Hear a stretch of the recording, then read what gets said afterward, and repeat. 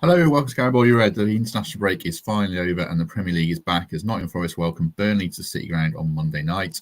With 7 new signings in place, we're going to be discussing which of them will come into Steve Cooper's team. We'll also talk wider team selection and formations as the Reds look to build on the win against Chelsea. Just me and Temps today. Temps, how you doing?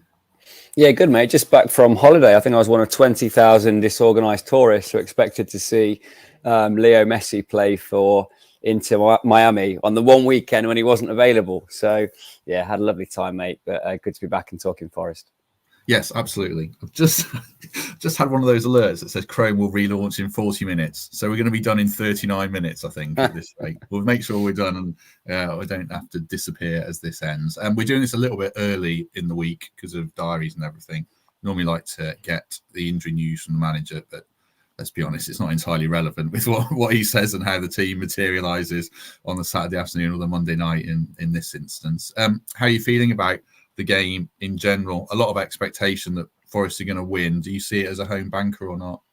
There is high expectation. I mean, the challenges that Steve Cooper has in front of him in terms of team selection make our job in guessing a bit of a fool's errand, I suppose. If there's ever a hope of Steve Cooper listening to us yarning on, it's probably today, because he'll be tossing 25 names around in his head, trying to see which 11 fall on the page. So in terms of winning the game, yes, confident. I think the feel-good factor off the back of the Chelsea win will have boosted the players, the management, the support base. And I'm not sure we saw too much from Burnley in the cup game to suggest they're going to be a match for our best 11.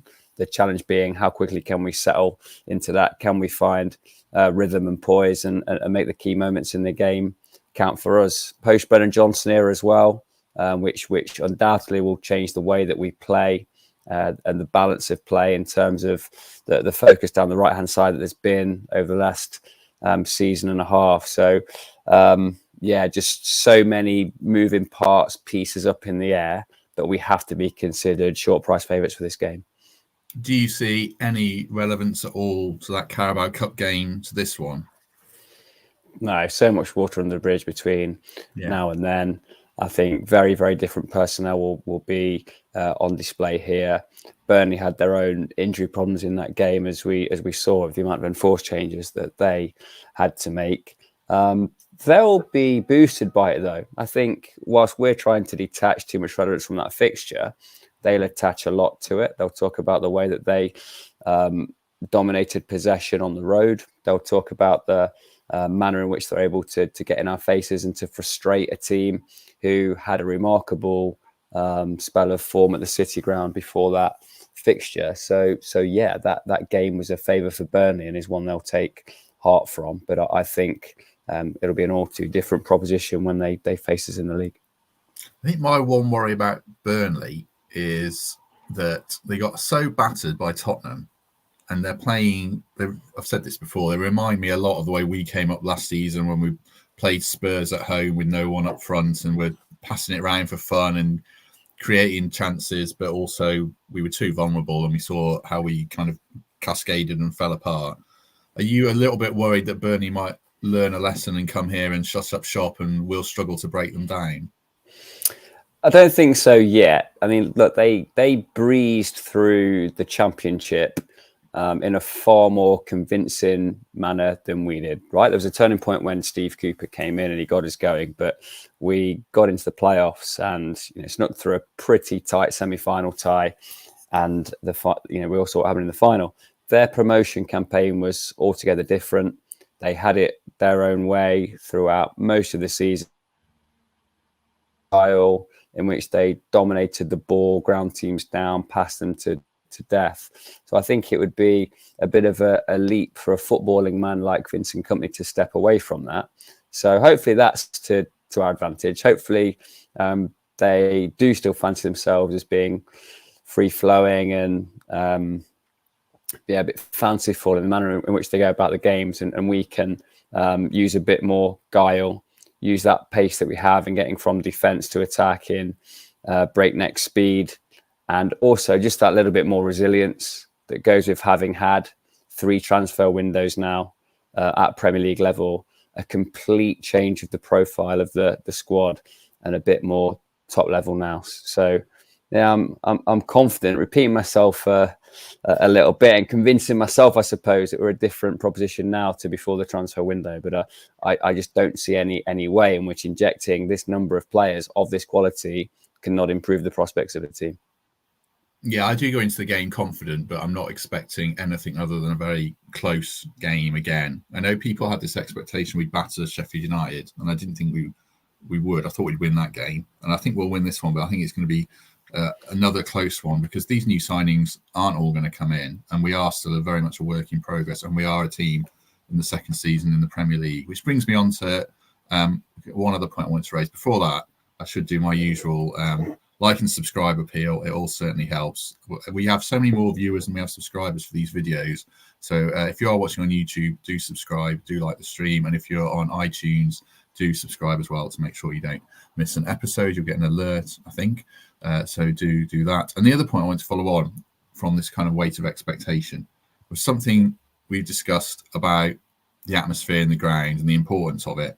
And we can't order fans to make a noise. That would be pointless. But just the importance of not letting those standards slip in terms of being the best fan base in the country. So I'm going to play this short clip from the Steve Cook interview, which I'll plug again at the end, talking about the impact of fans, and then we'll pick it up on the other side. They have to keep it going this year then. There can't be a sense, I know you don't play for QPR now, but there can't be a sense of expectancy that we're going to win every home game. The fans still have a big part to play. Absolutely. I think the first few years as a Premier League team, you're never safe. The expectation levels, obviously they will rise, but the atmosphere has to stay the same, and if not better, for the team to kind of grow as well. So the home form in football is massive. If you kind of get them teams that are not looking forward to play there or looking forward to having the atmosphere themselves is compliment to them. And, it really obviously it kept the club in the Premier League, and hopefully now it can spur on the team on the pitch to kind of improve league positions. Any concerns for you? It's going to be a bit flat, or because it's a Monday night game under the lights, it's still going to be lively? No, it won't be flat. It'll be lively, and this is a game of great expectation, isn't it? We're going in as home favourites, which has been a rare thing over the last 2 years. As we said at the start of the season, there was one job in August, beat Sheffield United. There's one job in September, beat Burnley. We've got ourselves into an excellent position for an unexpected but thoroughly deserved win over Chelsea. And there's no one's on the manager's back. We're in the top half of the Premier League table, and we have a chance to consolidate with a home game against a promoted side who've lost all three of their fixtures so far. So I agree with your point and Steve Cook's point. Home atmosphere is a key factor in Forest having done as well as they have over the last 18 months. It has to continue, it will continue, and it can be a factor on Monday night. Almost smashed a cup then while you were talking, sorry. Banged one cup into the other. So very unprofessional. Also shows I should take my cups downstairs when I've finished using them. Right, let's get into the crux of what we always talk about on these things around formations and lineups, and we'll take names from them. We've done one each as ever for a bit of a contrast. So I'll put yours up, Temps, and read it out for listeners. As ever, is this the team you want or the team you think? It's a team I think, because I think I'm pretty out there on wanting a back four to enable us to accommodate more of these attacking players that we have at our disposal now. While Brennan was there and was an automatic pick as an inside right, for want of a better phrase, it was very, very difficult for us to accommodate three central midfielders. So I've found a way to do that. With Gibbs White in more of a floating 10 position and having to hold the wing and balance the side in the presence of Brennan. So I think ultimately I'd still like us to get towards a back four, but I've found a way that I think Cooper may go with to maintain the back five, if you like, but to find a way to get three centre mids on the bar. Okay, so let's put your team up and I'll read it out and then we'll get into it a bit more. So predicted team, Turner in goal, retaining his place. Turner did come back early from international duty for his wife to give birth, but I can't see him missing the match or rendering himself unavailable. So Turner in goal, a back three of Worrell, Bolly and Niakate coming back in for McKenna. Aurier and Tavares as wing backs. Yates, Sangare and Dominguez in midfield. with Gibbs White in behind Awoniyi. Do drop your comments in on that, and I'll have a flick through them as we're talking. So just picking out a couple of names there. Going back to front, Niakate coming in for McKenna. We kind of had Niakate in our predicted teams for quite a while, and it does feel like he'll come back in the end. But is McKenna going to be unlucky and miss out, do you think? Yeah, McKenna played well. I mean, everybody played well against Chelsea, right? But I just think he offers us the pace, and that's something that we perhaps do lack a little bit when McKenna is third wheeling to Worrell and Bolly. So I think he'll come in there.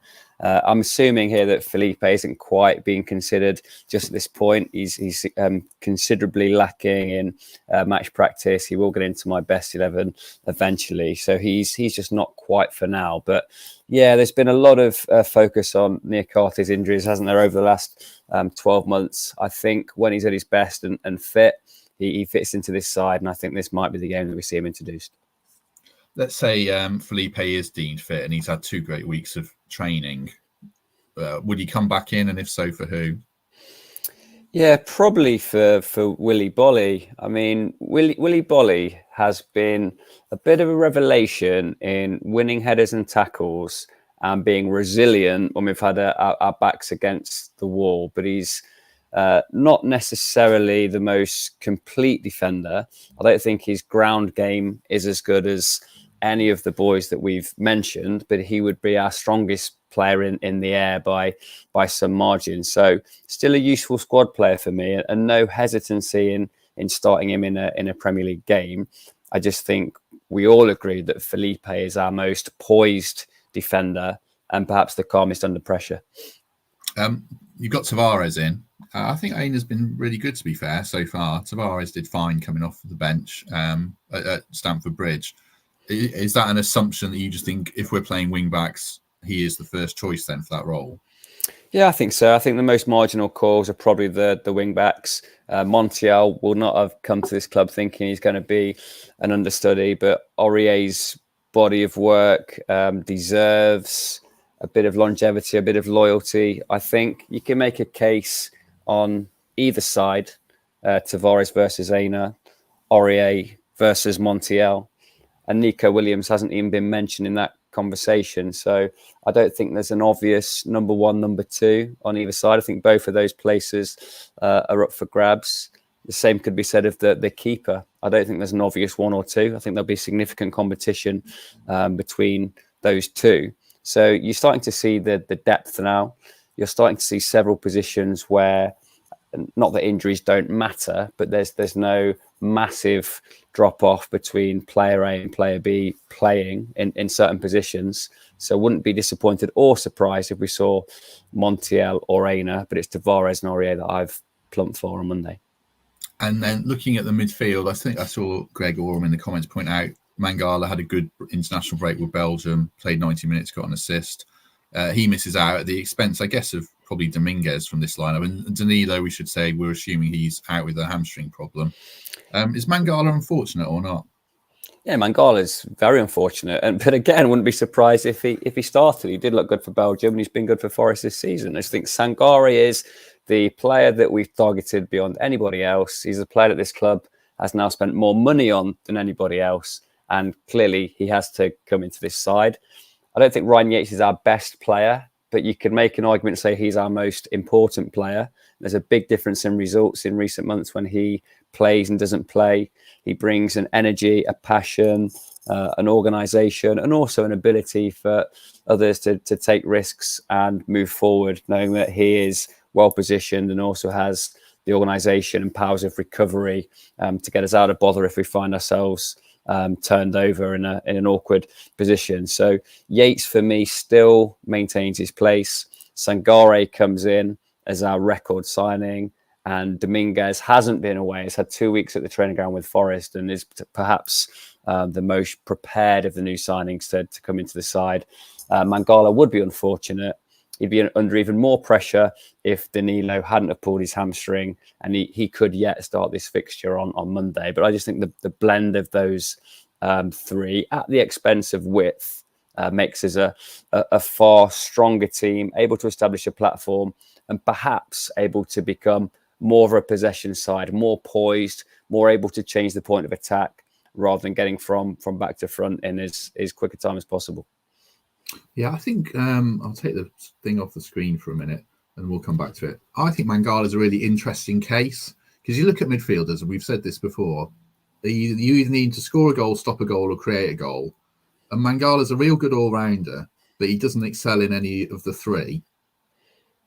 But I think he's a really good player. I wonder if he can get in this team and we have more of the ball, he could be a really massive player, couldn't he? But similarly, he's under the most intense pressure for his place now out of the existing midfielders, I'd say. Yeah, you're right. I think you've probably nailed it there. He's one of those who doesn't have too many holes in his game, but nor is there that like 10 out of 10 strength. He's 7, 8 out of 10 at most things. And more importantly, he's very tidy on the ball, very calm in possession, able to have it in tight spaces, will play a wall pass if he's closely marked. I think he can do a bit of everything. I just think in time, Sangare and Dominguez will prove to be ahead of him in the depth order, and Danilo similarly is snapping away, isn't he? Because he does create goals, stop goals, and score goals. So yeah, interesting to see where Mangala fits into it. I could be way wide of the mark, as several people are pointing out in the comments. I think it would be a fool's errand really to put any kind of wager on any of us kind of uninformed amateur armchair pundits having a crack at a starting 11. But yeah, that's mine. It's interesting to see a few people saying, Worrell and Yates. Steve says rose-coloured glasses, they should be on the bench. A couple of people generally saying. I still don't see it that way, especially with Yates. You look at our results with him out of the team last year, and I still think he's got a big role to play. Maybe in time this season, we'll see Sangare and Dominguez cement themselves, and Danilo's exceptional. So maybe Yates does move out in time. But initially, in this short term, I still think he's a regular starter, and I think he's going to be at the club for a long time. And the same with Joe. I mean, Niakate and Felipe are better defenders, and in time, Murillo and Omabamiele. I should have rehearsed Easy that. for you to say.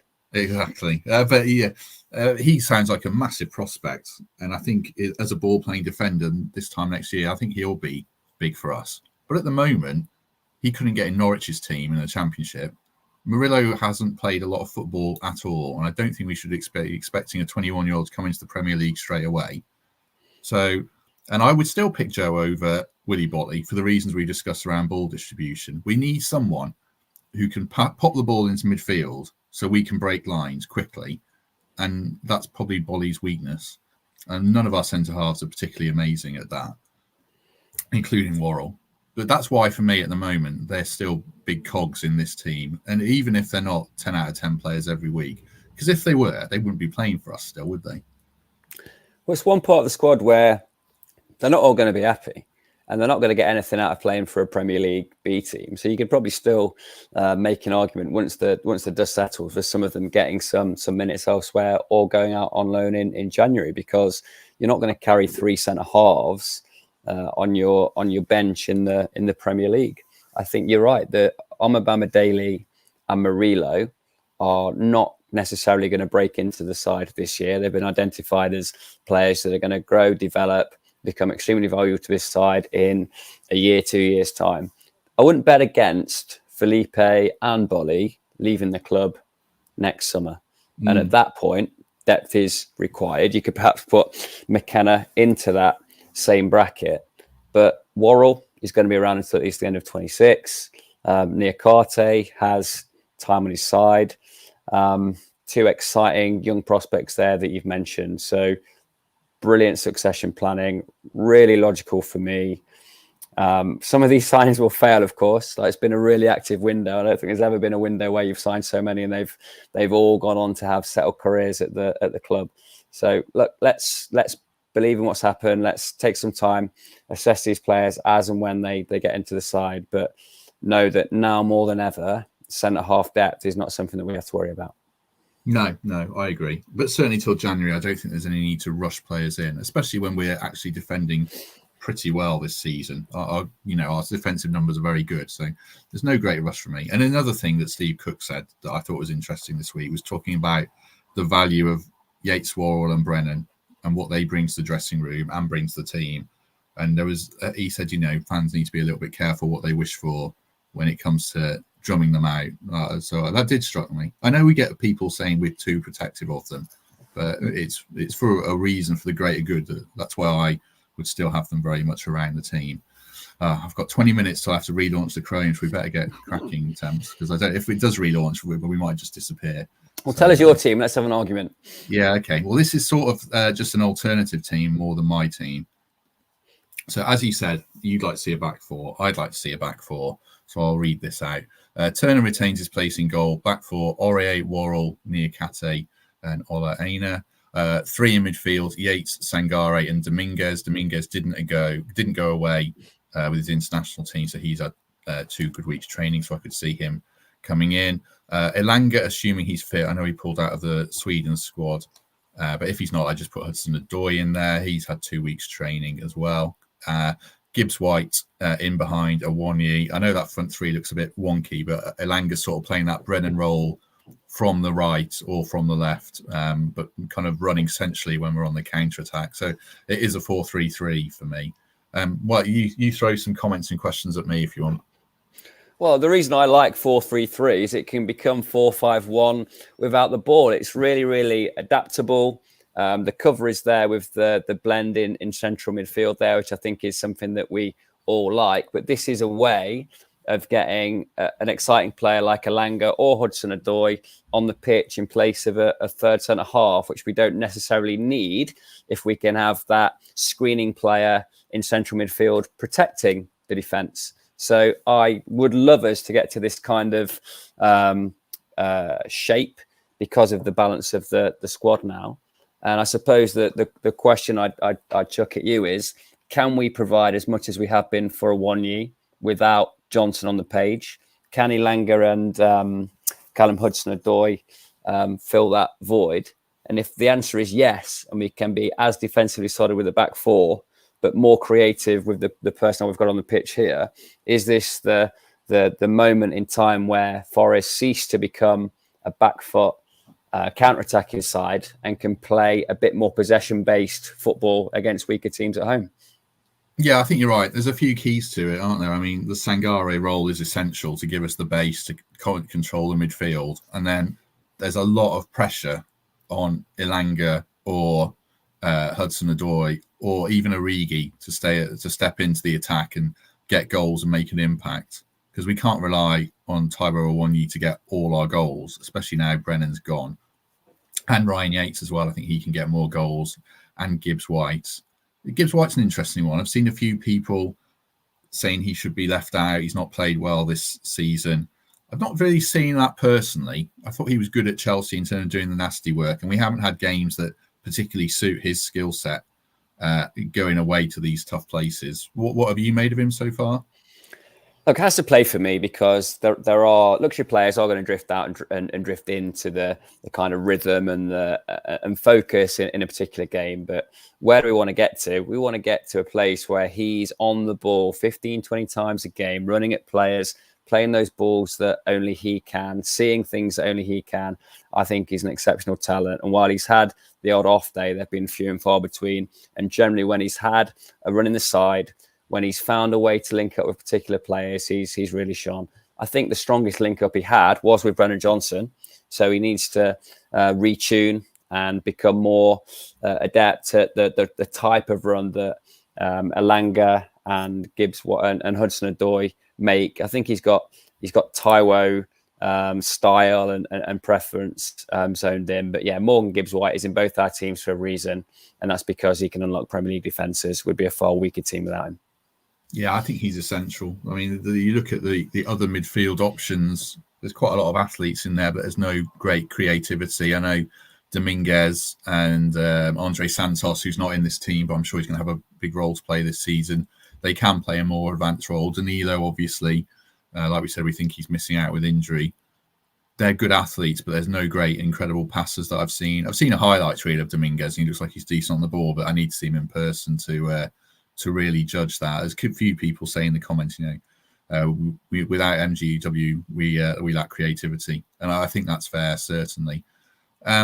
another player perhaps to talk about quickly. You mentioned the right back situation. We've got so many right backs. I thought Aurier would go. I'm a bit surprised he's here. It makes you wonder if Montiel was this summer's Lingard signing. What's the long-term thing there? Is it just a full-on battle for the shirt now? Well, it has to be, doesn't it? I think I'm right in saying this is the last year of Serge Aurier's contract. So we'll find out soon enough if those discussions open up. Because if he is the plan, you wouldn't want him going into the January window with teams able to approach him. For all the warnings we had from Spurs, I think he's been an excellent acquisition for Forest. We probably still saw him as a backup when he arrived, but he's proven himself. He's proven himself at right back. He's proven himself at right wing back. And when it needs must, he's tucked in and played right side centre half. Relatively short for a defender, but the leap is incredible. I haven't seen him bullied in the air at all. And I'm not yet ready to put Montiel ahead of him, despite him being an informed World Cup winner. That's how high I rate Serge Aurier, having watched him for a full season now. I think he's going to scrap on and try and make that shirt his own. And I think the one that's probably out on the road a little bit is Nico Williams, who for me would be the third choice right back in a back four, and probably the biggest victim of us going to a back four, because he was signed in that profile as a wing back, wasn't he? As an alternative to Jed Spence. So yeah, flat back four wouldn't be good news for Nico Williams, but Serge Aurier would come into his own and can go toe to toe with Montiel. And just lastly, the point that so many people are making in the comments quite rightly is the bench now is going to have 7 or 9, I can't remember how many it is, but big match-changing options to change formation within a match and to add genuine quality, which we haven't always seen, have we, since we came up? Best bench Forest have had ever. And even if you look back to previous Premier League campaigns, the best 11 was on the pitch. We weren't bringing players on that would necessarily change of gear, particularly not strikers and midfielders. So yeah, for me, this whatever bench gets named on Monday night, and if Cooper is loyal to those that played against Chelsea in the main, it'll be stacked even higher. This is the best bench Forest will ever name or have ever named to this point. And just as a general point, we'll probably expand on this on Tuesday when we review the match after. But how long do you think it's going to be before we see, the team Steve Cooper wants us to see? Because I don't think it's going to be until, I don't know, maybe even past January. It was funny, I was listening to Ben Foster talking about how United had changed goalie for Onana for De Gea, and he said it'll take them 2 transfer windows for the defence and the goalkeeper to learn how to play together. And we're throwing in, 30 signings last season, 11 this season, 7 on deadline day. It's the Forest way, but how long do you think it will take before we see the team we want to be? Well, from what I've seen of Onana so far, it'll take Man U far more than 2 transfer windows before they get themselves back to where they think they should be. I mean, look, last season, it was well after Christmas, wasn't it?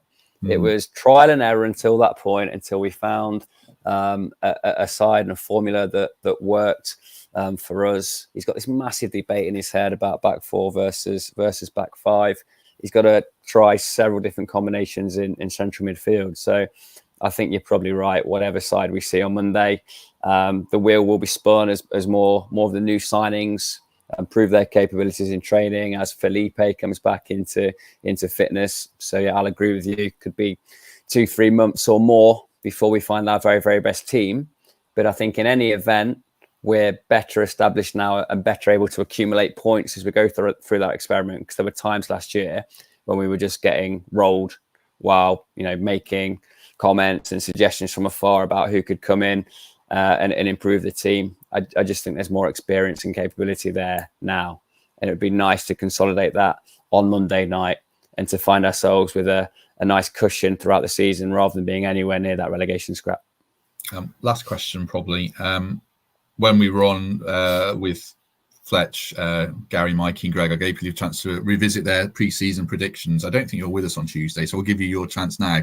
Like the rest of us, I think you said 15th or 16th. What's the realistic prediction for you now? Yeah, we're well beyond that now. So I think for me, we've probably passed the Fulham and Bournemouths off the back of that transfer window.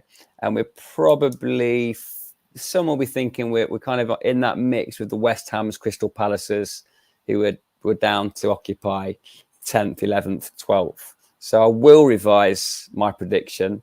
I think off the back of that transfer window, we are a good 4 places above where I thought we would be. So in true Greg Mitchell fashion, I'm going to inject a dose of optimism and say this team has to be looking in that 11th, 12th area off the back of signing a destroyer like Sangare, having seen Chris Wood come back into some kind of form as a replacement from the bench, having got Divock Origi in, and having 3 or 4 other players that are going to dramatically improve that starting 11. So, yeah, I think that transfer window has gained us somewhere in the region of 12 to 15 points.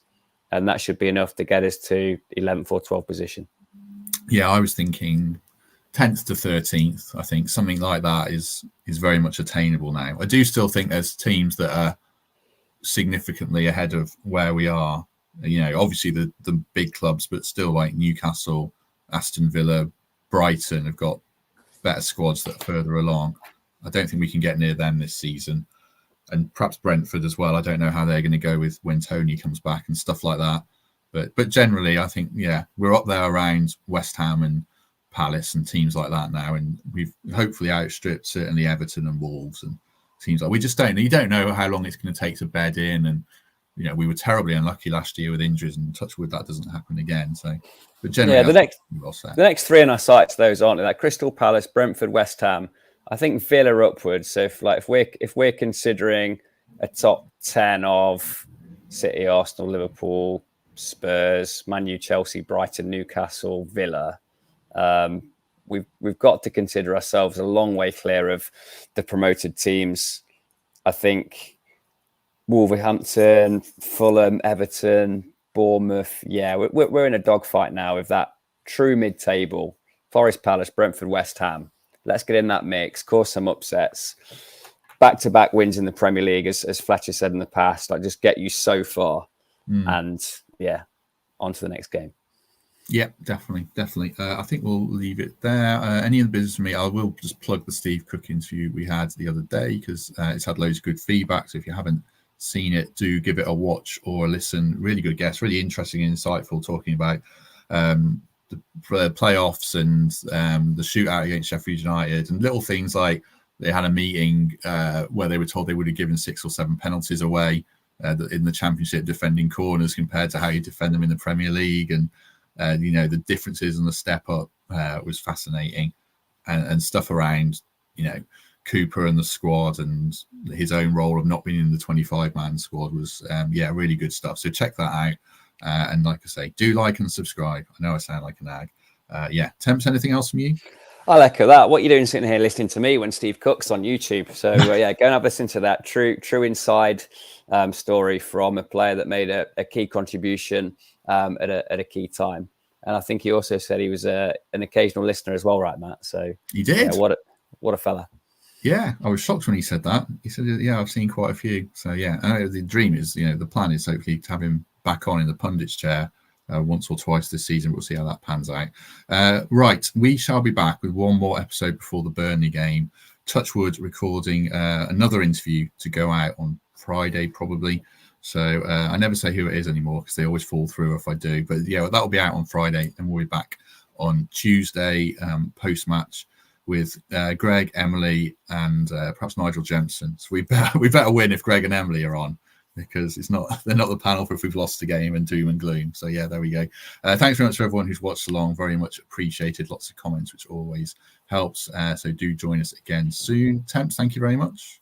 Thanks, Matt. See you soon. See you soon, everyone. We shall be back on Friday, like I said. So have a good few days, and we'll see you later.